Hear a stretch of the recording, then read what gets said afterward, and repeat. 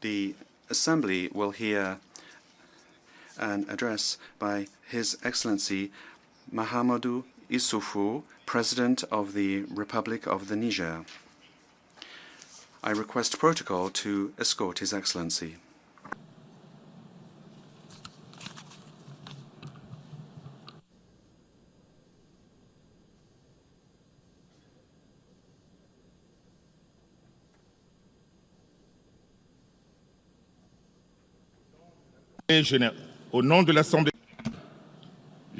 On behalf of the General Assembly, I have the honor to welcome to the United Nations His Excellency Mr. Mahamadou Issoufou, President of the Republic of the Niger, and I invite him to address the Assembly.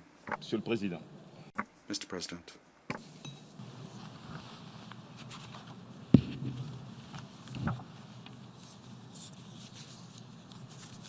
Monsieur le Président.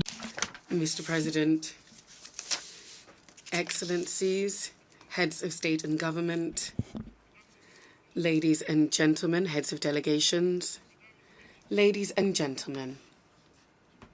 First and foremost, I would like to convey to you my sincere congratulations on your outstanding election to the presidency of this 74th session of the General Assembly of the United Nations.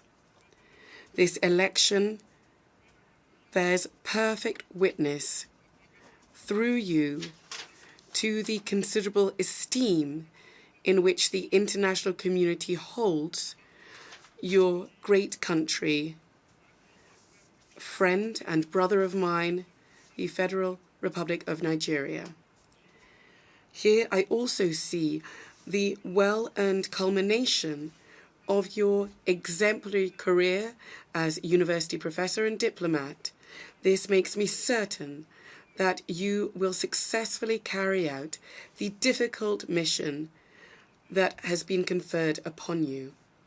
I can assure you that the delegation of Niger is fully available to provide you all the necessary support you may need as you carry out your term in office.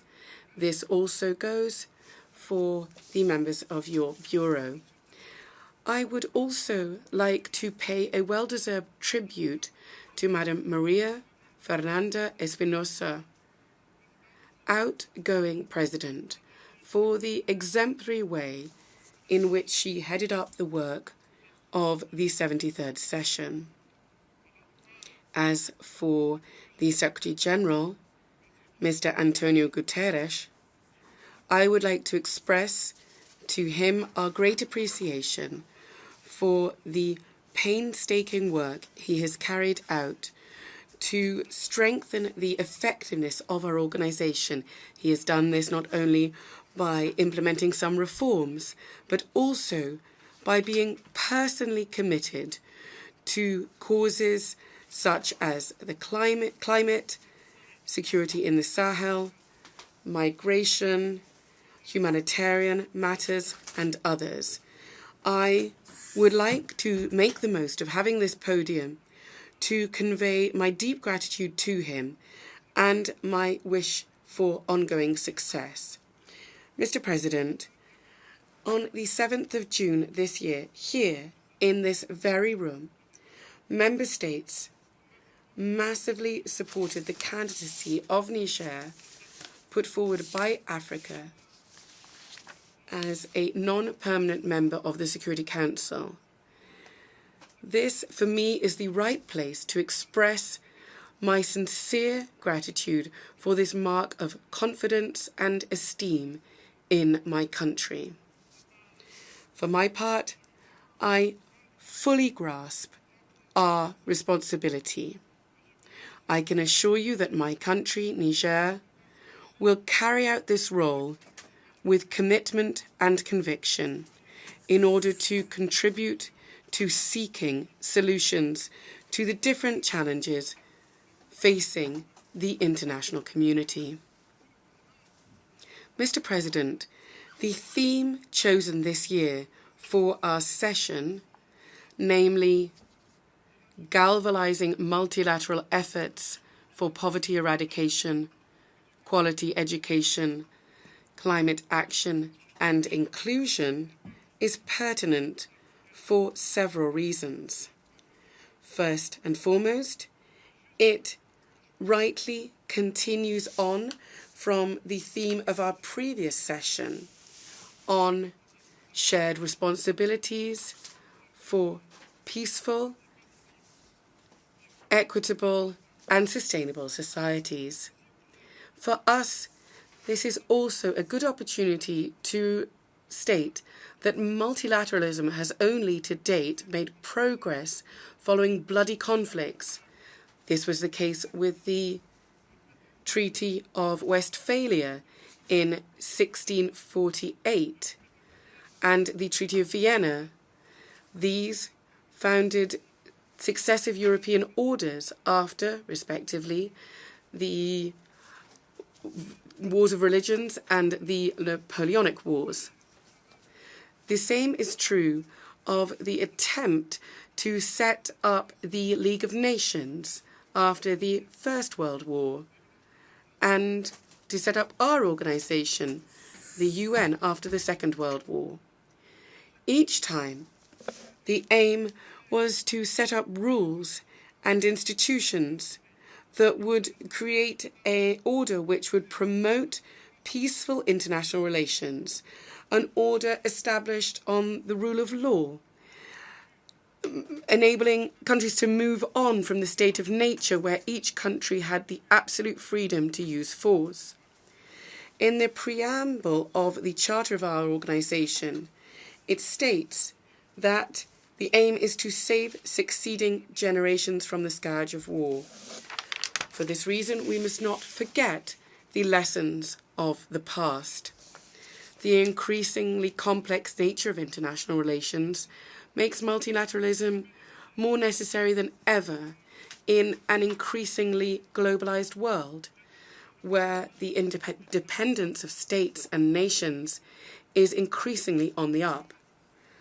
The world must engage in win-win cooperation and not in zero-sum relations, as proven by the prisoner's dilemma. The world needs regulation institutions. It's true that national interests govern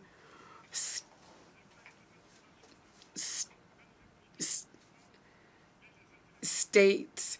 They govern states' foreign policies, but national interests are better defended in cooperation than in confrontation. Mr. President, the theme of this session is also pertinent, given the challenges currently facing the international community. Indeed, the international situation is characterized by the start of the return of the arms race, by trade tensions, by an increase in populism and xenophobia, by an increase in inequalities, by a spectacular increase in migratory flows, by an increase in threats from terrorist and criminal organizations, and also by the impact of climate change. We are in a world where some people die of obesity and others die of hunger. We are in a world where many refugees and IDPs, chased away by poverty, by climate, and by insecurity, is estimated at more than 70 million in 2018, and Niger is hosting an enormous number. We have a situation whereby the 1% of the most the richest people enjoy the vast majority of the wealth. For some 40 years now, inequalities have been increasing in almost every country. In order to deal with these challenges effectively, the multilateral system at the moment needs to be reformed. In order to galvanize multilateral efforts, particular attention must also be paid to reform measures that have been undertaken for several years now, but that are struggling to be fully implemented. Reforms will remain incomplete without significant progress being made on Security Council reform. This pertains both to equitable representation within the Security Council and also its working methods and its functioning. As regards this reform, my country remains committed to the Common African Position as expressed in the Esel-Wini Consensus. By the same token, the revitalization of the General Assembly, the representative body par excellence, and the revitalization of ECOSOC, the guarantor of the emergence of a new global economic order, must be conducted in parallel with the reform of the Security Council. Reform must not be limited to global political governance. Reform must also focus on economic governance and economic institutions reform, in particular the WTO, the IMF, and the World Bank.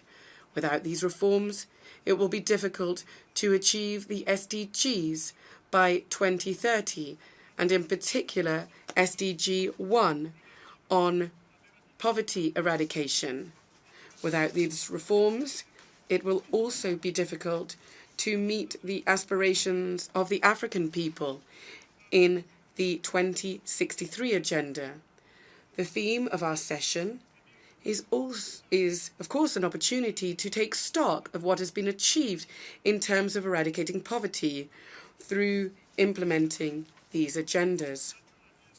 4 years have already passed since the far-reaching 2030 Programme of Action for Sustainable Development was adopted. What we saw during the recent high-level political forum that took place in July is that despite progress being made, we are not on track to achieve the goals and targets of this programme and this agenda. This is why we need to up the ante. We need to renew our commitment through specific action that will have an impact on several SDGs at the same time. This will give us hope that we can win the battle against poverty, that we can ensure inclusive economic growth that takes into consideration the aspirations of our people, their desire to live better. The SDG Summit, taking place on the sidelines of this session, also gives us an opportunity to renew our commitment. It gives us new impetus through specific development action to catch up in order to be successful by 2030.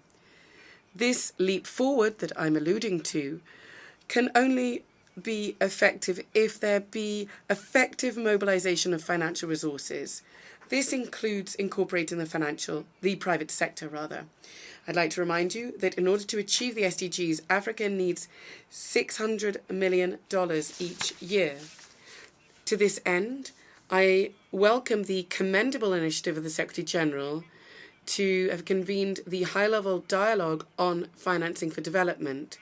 This dialogue, I am convinced, will enable us to find new ways of plugging the financing gap and to redirect resources to sectors and projects that will promote the SDGs.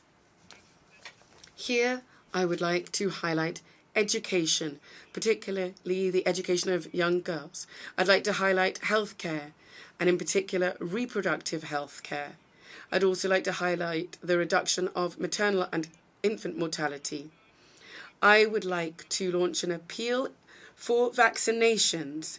There is a need not only to rebuild the Gavi Initiative Vaccination Fund for the 2021-2025 period, but there's also need to find vaccines against diseases such as malaria, cancer, diabetes, and the Ebola virus. In the same spirit, regional integration might serve as a catalyst through the establishment of markets and free trade. In parallel with the SDGs, our continent needs to implement the 2063 agenda. It needs to make the continental African free trade area operational. It needs to promote industrialization through transforming its immense resources in raw materials. It needs to build road, trade, port, airport, energy and telecommunication infrastructure. It needs to develop human capital by promoting education and healthcare in order to transform its demographic potential into an economic dividend. We need to develop our agriculture to feed our populations. We need to create jobs for our young people. We need to bring an end to the tragedy of illicit migration. All of these aims can only be achieved if there is in-depth reform of economic and financial governance at the global level. It gives me great pleasure to inform you that on the 7th of July this year, this reform was kicked off in Niamey with the start of the operational phase of the Continental African Free Trade Area. I have the honour of having headed up this initiative since 2017 on behalf of my African peers, and this will enable Africa to bolster its integration.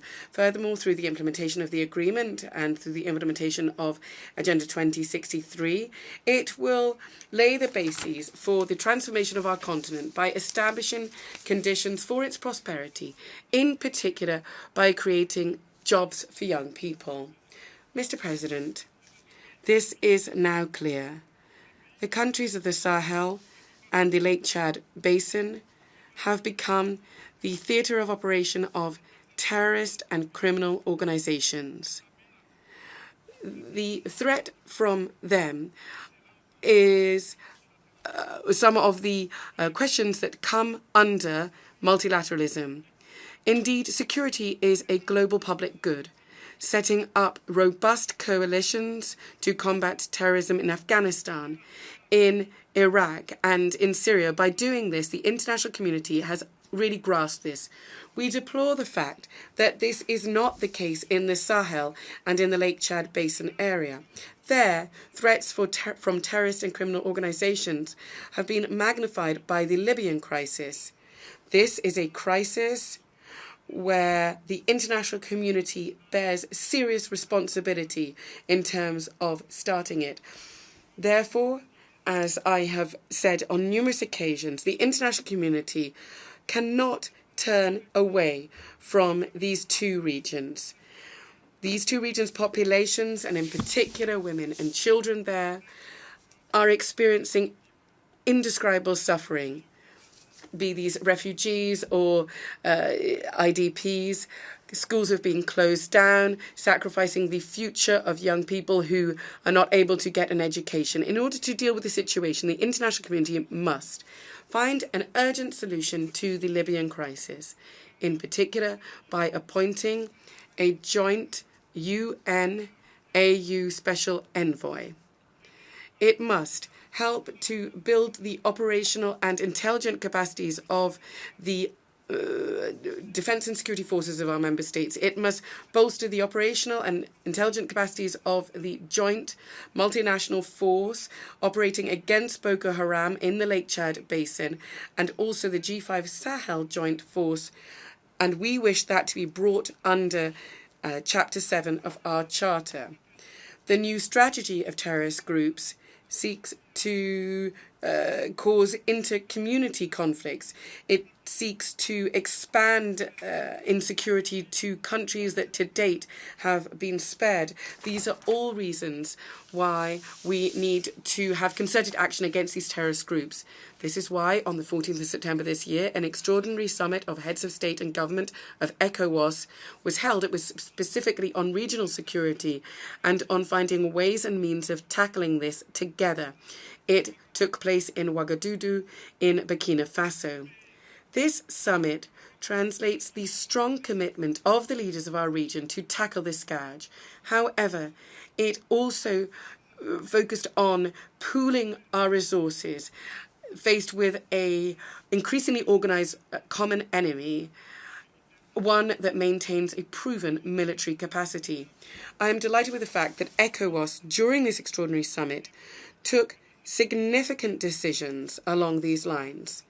These decisions are accompanied by other measures just as strong, namely the request to change MINUSMA's mandate, including extending it over and beyond the borders of Mali, in line with Resolution 2480, the adoption of the 2020-2024 Action Plan, with an initial amount from ECOWAS member states of $1 billion. As chairperson in office of ECOWAS, I would urge the international community, and in particular the United Nations, to take into consideration the conclusions of this summit, given how pertinent they are. This is an opportunity for me to welcome the joint initiative of the French President Emmanuel Macron and the German Chancellor Angela Merkel on the Partnership for Stability and Security in the Sahel. I cherish the hope that this will enable our populations to grasp the fact that the international community is interested in them. I would like to convey our sincere thanks to all those partners who lend us their support, in particular through the Sahel Alliance. They seek to assist the development efforts of our states. They thus contribute to the stability of the region. Harmonizing the action of these different partners is nonetheless needed in order to ensure better results. It's always important to recall that victory ultimately against terrorism will involve economic and social development. Mr. President, the question of the impact of climate change goes beyond borders. It knows no borders, and it comes under the remit of the international community. As the situation in the Sahel illustrates, and the situation in the Lake Chad Basin, there's a direct link between poverty, terrorism, and climate change. This is why I am launching an appeal to all member states regarding climate change for the conclusions of our summit that was held yesterday on the 23rd of September to be implemented. This is my appeal. Indeed, everyone recognizes today the desperate need to pool our efforts and our resources. The idea is to find acceptable, lasting solutions to protect our planet and to enable future generations to inherit a world where it will be a good place to live. We do not have a planet B. Our immediate commitments will underpin the survival of humanity. We are aware of this in Niger. This is why we are highlighting climate change resilience in our sectoral strategies and policies in the areas of healthcare, transport, mixed farming production, and in local planning and regional planning and development. This is why we've taken measures to integrate greenhouse gas emission reduction steps into our National Action Programme on Energy Services, and to bolster resilience and adaptation capacities of our agricultural and water sectors. This also is why Niger has sought to set up a national adaptation plan for the long term. This, inter alia, includes the determination of its nationally determined contribution. Here, I would like to highlight the importance of the Climate Investment Plan for the Sahel region for the 2018-2030 period and its priority programme. These are important strategic instruments, and their drafting was conducted under the leadership of Niger as the country that had the presidency of the Climate Commission for the Sahel region. Here, and on behalf of the other members of this commission, I would like to reiterate our call to the international community, for the international community to pay due attention to the conclusions of the Roundtable on financing for the climate plan and programme for the Sahel region. It is true that ongoing poverty and climate change and terrorism and organised crime has a negative immediate impact on the efforts of our states to achieve the SDGs. Mr. President, the spectacular increase in migratory flows is something else that characterises our time. This question cannot be dealt with by one country alone. It is something that comes under multilateralism. Regarding this particular matter, I'm delighted with the adoption of the Marrakesh Compact in December 2018, Pact rather. This is an initial commitment of our organisation to this topic, and it is a step forward in terms of dealing with this issue in its entirety through the 23 goals therein. As you are well aware, I have been personally involved in this, given the problems for security created by clandestine or illegal migration, but also because we're disgusted by the terrible spectacle of the tragedies experienced by migrants crossing the desert or the ocean. Therefore, Niger is truly motivated to participate in 2022 for the forum to examine its implementation. We want to share our own experience, and we want to learn from positive experiences from other countries. I have the hope that by that time, real decisions will be taken to deal with the root causes of migration, in particular poverty, climate change, and insecurity. Sir, over recent years, the world has experienced significant and profound changes. This means that we have to adapt our strategies to the new context that has been created if we really want to meet the legitimate aspirations of our peoples of this planet. The international community, more than ever, needs a strong UN to achieve the far-reaching objectives of the Charter. It's necessary, therefore, to unfailingly support the Secretary-General in his efforts to reform the organisation, to strengthen its role, and to provide it with resources enabling it to carry out its missions appropriately. In conclusion, I would like to reiterate my appeal for a new global economic and political form of governance. The instruments that were set up after the Second World War, are no longer sufficient. This is a prerequisite to be able to tackle the challenges facing us, the challenges of poverty, of climate change, the challenge of terrorism and organised crime, and migratory challenges. Thank you very much indeed, ladies and gentlemen.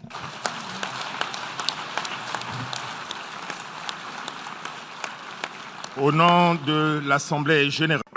On behalf of the General Assembly, I wish to thank His Excellency Mr. Mahamadou Issoufou, President of the Republic of the Niger, for the statement just made. May I request representatives to remain seated while the Deputy Secretary General and the Under Secretary General greet the President.